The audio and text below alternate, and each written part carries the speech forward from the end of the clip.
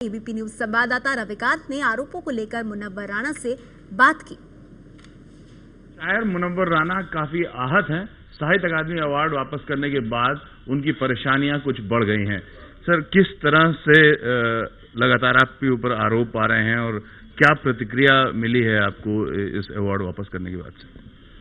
देखिए, जो पढ़े लिखे लोग हैं, अच्छे लोग हैं, वो तो खुश हैं कि वापस कर देना चाहिए। एक कंट्रडिक्शन लोग कह रहे हैं कि साहब आपने ये पहले ये कहा, पहले वो कहा। तो बोल तो हमने वेरी फर्स्ट डे हमने ये बात हमने कही थी कि जो लोग एहतजाज कर रहे हैं हम उनके साथ हैं, लेकिन हम अभी अवार्ड वापस नहीं करेंगे। इसलिए कि शकीब का एक शेर है कि शकीब अपने तारुफ के लिए ये बात काफ़ी है, हम उससे बच के चलते हैं जो रास्ता आम हो जाए।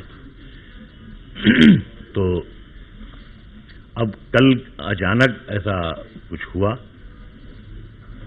या दो एक दिन में जो ऐसी सूरत हाल हुई, ये कि साहब ये जो साहित्यकार होते हैं, लेखक होते हैं, कवि होते हैं, शायर होते हैं, ये अपनी दुनिया के कलंदर होते हैं, संत होते हैं, फकीर होते हैं और बादशाह भी होते हैं। तो जहाँ बादशाहों का झगड़ा हो वहाँ वजीर को नहीं बोलना चाहिए। मालूम है साहब वो पार्टी के वजीर बोलना शुरू कर रहे हैं कि ये कागजी शेर है, तो ये है, तो ये है, तो ये।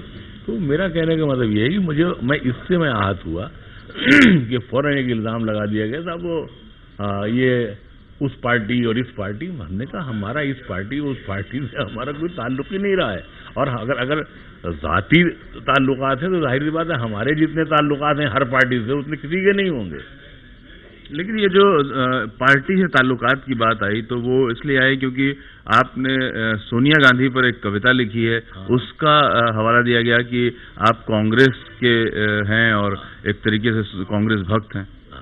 और मैंने तरुण विजय पर जो मैंने लेख लिखा है तो वो क्या है, मैं सिंधु दर्शन पे जब मैं गया था अडवाणी जी के साथ, और जब मैंने सिंधु नदी पर नज्म लिखी थी कि सिंधु सदियों से हमारे देश की पहचान है, ये नदी गुजरे जहां से समझो हिंदुस्तान है। चांद तारे पूछते हैं रात भर बस्ती का हाल, दिन में सूरज लेके आ जाता है एक सोने का थाल। अपने हाथों से उड़ाया है इसे कुदरत ने शाल, खुद हिमालय कर रहा है इस नदी की देखभाल। जो हमें कुदरत ने बख्शा है ये वो सम्मान है, ये नदी गुजरे जहां से समझो हिंदुस्तान। इस नदी को देश की हर एक कहानी याद है, इसको बचपन याद है, इसको जवानी याद है। ये कहीं लिखती नहीं है मुंह जबानी याद है, ऐसे सियासत तेरी हर एक मेहरबानी याद है। अब नदी को कौन बतलाए ये पाकिस्तान है, ये नदी गुजरे जहां से समझो हिंदुस्तान है। यानी तो आप इसे क्या कहेंगे, जिस किताब शहदाबा पर मुझे अवार्ड मिला है तो उसमें जो नज्म सोनिया गांधी की है, सोनिया गांधी पे उसमें सिंधु नदी की नज्म भी है। तो हम कोई लुक्का छिपी का खेल तो करते नहीं है, किसी पार्टी से चंदा लाते नहीं है, कोई एनजीओ चलाते नहीं है, कोई मदरसा चलाते नहीं है, कोई दुकान हमारी है नहीं। हम तो ट्रांसपोर्ट अपना काम करते हैं, छोटा सा ट्रांसपोर्ट है। मेरे दादा जो थे 18 रुपए की नौकरी करते थे आलमगीरी मस्जिद के इमाम। हमारा खानदान उस वक्त से औरंगजेब की बनवाई हुई मस्जिद का इमाम। मेरे वालिद ट्रक की ड्राइवरी करते थे, पूरी जिंदगी हैंडल लगाया। मैंने पूरी जिंदगी इसी दौड़ भाग में ट्रक ट्रांसपोर्ट का काम किया, उसी में अपनी बेटियों की शादी की, उसी में जिंदगी गुजारा। मेरी कलंदरी का मामला ये है कि मैं बेटे की जहाँ शादी कर रहा था तो इत्तेफाक से वो लोग शायद खाते पीते थे, तो वो मेरे बेटे को कार देना चाह रहे थे। तो जो हमारी कलंदरी मशहूर है, मैंने बेटे से कहा कि कार मत लेना।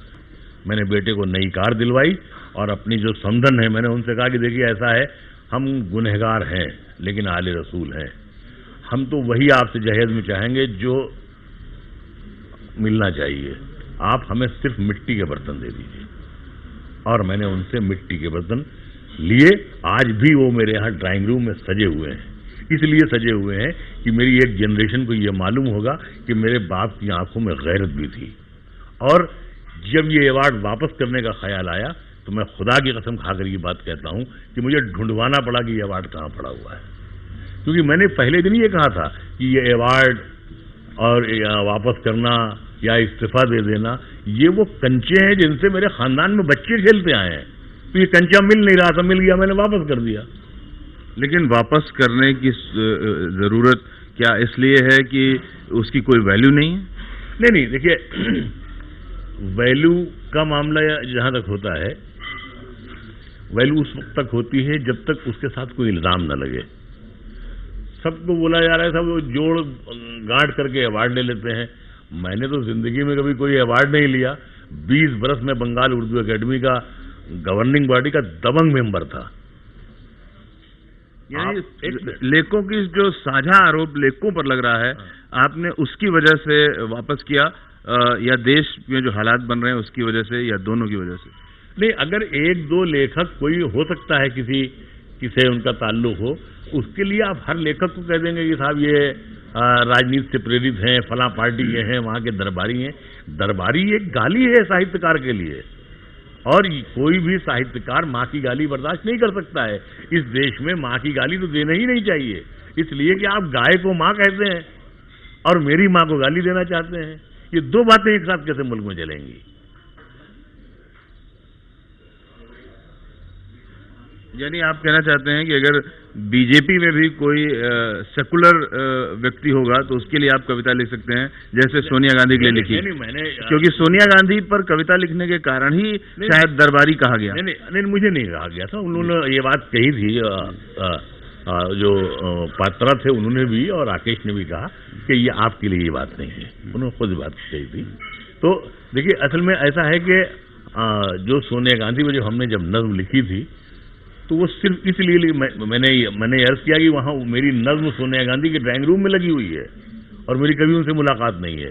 जब मुझसे अहमद पटेल साहब ने पूछा कि हैरत है कि आपकी मैडम से मुलाकात नहीं है, तो मैंने कहा पटेल साहब उनसे 150 लोग रोज मिलते हैं, अगर हम भी चले गए तो 151 हो जाएंगे। अगर मैडम मुझसे मिलने के लिए आए तो ये मेरे लिए सम्मान है। मैं नहीं गया। तरुण विजय उसी पार्टी में है, जिंदा है, हमारे छोटे भाई की तरह। उनकी माँ मुझे सगे बेटों की तरह चाहती थी।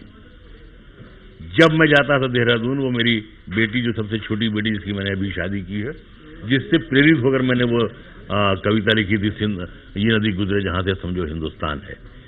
तो वहां एक स्कूल की स्थापना थी जो माननीय प्रधानमंत्री अटल बिहारी वाजपेयी को करना था।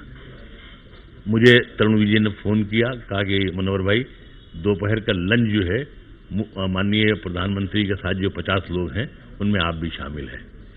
मैंने कहा ये देहरादून कलम में आपने ठहराया है, यहाँ सब पत्रकार प्रताप सोमवंशी जिंदा हैं, ये सब बैठे थे वहां, तो जो सब हमारे दोस्त सब भाई उसी बिरादरी वाले शायर कवि। तो मैंने कहा माननीय अटल जी अगर यहाँ आके हम लोगों के साथ खाएं तो मजा आ जाए। हाँ, वहां कहाँ जाएंगे, छोड़िए, हम तो अपना यही खा लेंगे। शाम को उन्होंने, अमर उजाला की न्यूज आज भी मौजूद होगी, कि उन्होंने प्रोग्राम में ये कहा कि दिन में आप हुकूमत के महाराजा माननीय अटल बिहारी वाजपेयी से मिले थे, इस वक्त मैं आपको शायरी और साहित्य के महाराजा मुनव्वर राना से मिलवा रहा हूं। तो महाराजा बनने के लिए इनकार करना पड़ता है। मैं अगर महाराजा हूं तो मैं इनकार करता चला आया हूं।